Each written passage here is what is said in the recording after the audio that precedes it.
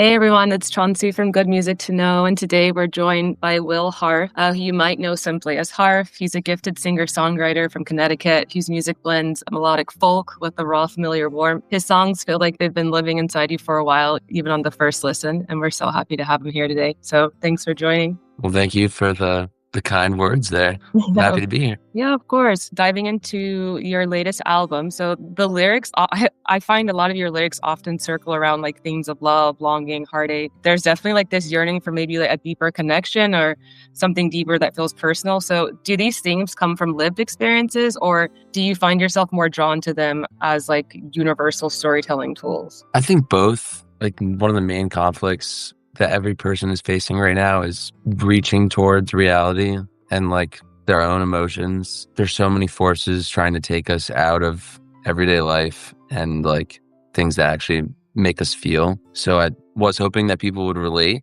in that sort of sense, but it's definitely like self-biographical in a lot of ways. Yeah. And then, so like, do you see yourself continuing to explore these emotional or like relational themes like in your upcoming works this year? I'm going to do a few different things, I think, but that will definitely be one of them. Yeah, yeah. And then, so I Mhm. know you released the latest one, I think it was Bound for Heartache. Will that be a part of like an EP or maybe an album, or will that just stay a single? For now, that's going to stay a single. I think Thomas and I might, down the line, get back together and make some more songs. And if we do, maybe that'll be a part of it. But my very next thing is going to be something just me. And it'll be a little bit different sounding from that. Yeah, yeah. And one thing I really like about your sound is that it's definitely like beautifully simplistic, but yet it's still direct. So like, do you intend to kind of keep your arrangements, minimal to let the emotion shine through? Like, would you say it's more about like capturing a moment as it comes, or how's that process like for you? I think at first it was just the only way I knew how to make music. I was self-producing and I just wasn't good enough to make complicated sounds really happen. And then I sort of leaned into it. And then when I got to Ben, who produces my music now, like a lot of those songs for that most recent project were just like, we have to keep it simple. It's not calling for a crazy drum part or Yeah. something wild. Yeah, yeah, exactly. Mhm. I know you're from Connecticut, so how does being from Connecticut, or that's where you're currently based, like how does that shape your music? Would you say there's like elements of your environment that kind of bleed into like your sound or storytelling? I mean, I'm definitely in like a beautiful place, like nature wise. It's complicated because at this point I've spent so much time in other places. Like I finished college and I was in Virginia. And then since then I've sort of been like permanently on the road and, like it feels like I've barely even been here. I would say that it hasn't really shaped my sound like that much. Yeah. And then maybe Richmond, if anything, shaped it a little bit more. Back to your latest release, Bound for Heartache. So I was definitely, I don't know if it was just me, but I feel like I was definitely picking up on some like Johnny Cash, a bit of Willie Nelson energy on the guitar work and vibe. So were you drawing like Mhm.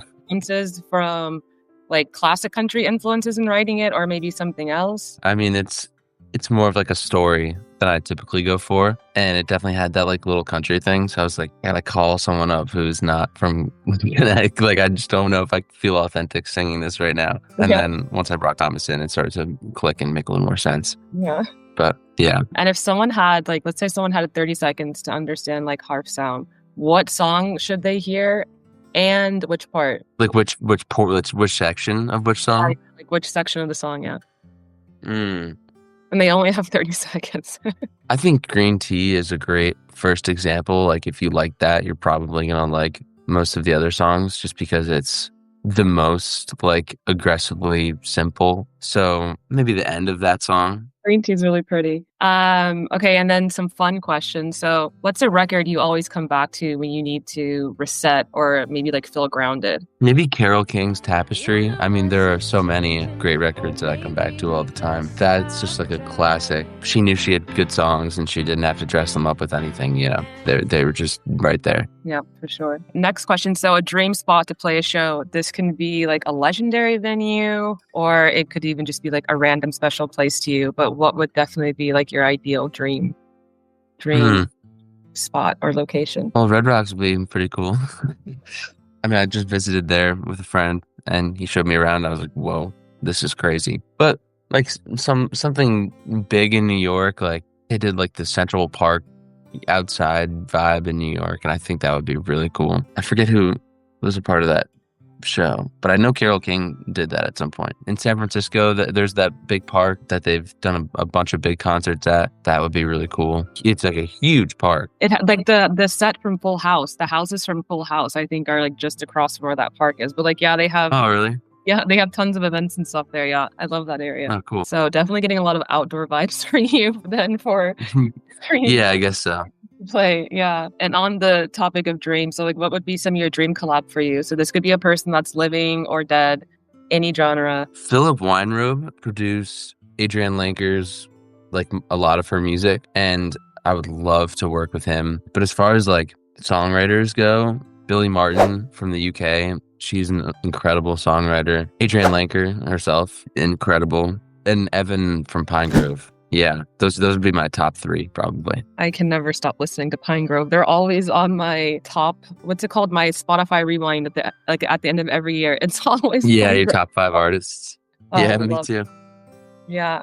And so like what plans do you have for this year? I know you said you're doing a solo project. Anything else? Do you have like any shows or tours coming up? Yeah, I'm gonna do an album and a tour. I'm gonna do both of those things, probably. Yeah. When's the album? When can we expect the album? In September. It's not like clear yet because we haven't finished it, but yeah, Do you already have a name for the album or can you not share it? unfortunately can't share it yet. Okay, okay, no worries. But I wish when I can, I will. Yeah, I'm very excited about it.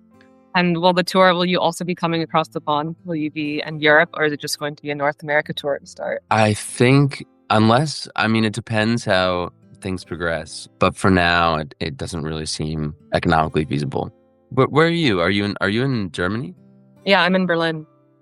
Oh, awesome.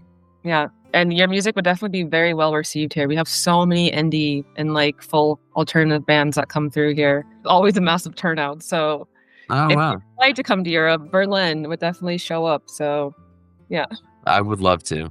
Sounds like such a good time. Yeah. And I always like to ask this question, but what do you hope listeners take away, ultimately when they listen to your music? Is it like a certain feeling or maybe a message? For me, like I like to let people arrive at the music from where they are, if that makes sense, like, and not have super high expectations of what they'll get from it. But maybe even just to like zone out of their everyday life for a minute and just to lose themselves in music for a minute and, feel something. Yeah. Yeah. Yeah. Cool. I think those are like the main questions I have. But were there maybe like any final words that you would like to leave the listeners and your fans with? I don't know. I guess just that I'm excited about the new music, and it's a tough time in the world right now, but everyone's got to hang in there. I guess Yeah. that's about it. Yeah. Well, thank you so much for joining. A huge fan of your music and definitely excited to see what you release this year. And hopefully one day we will get you over here to Europe so we can all see you play live. That'd be so awesome. But I would love to come. yeah. Yeah. I was in Tamarind.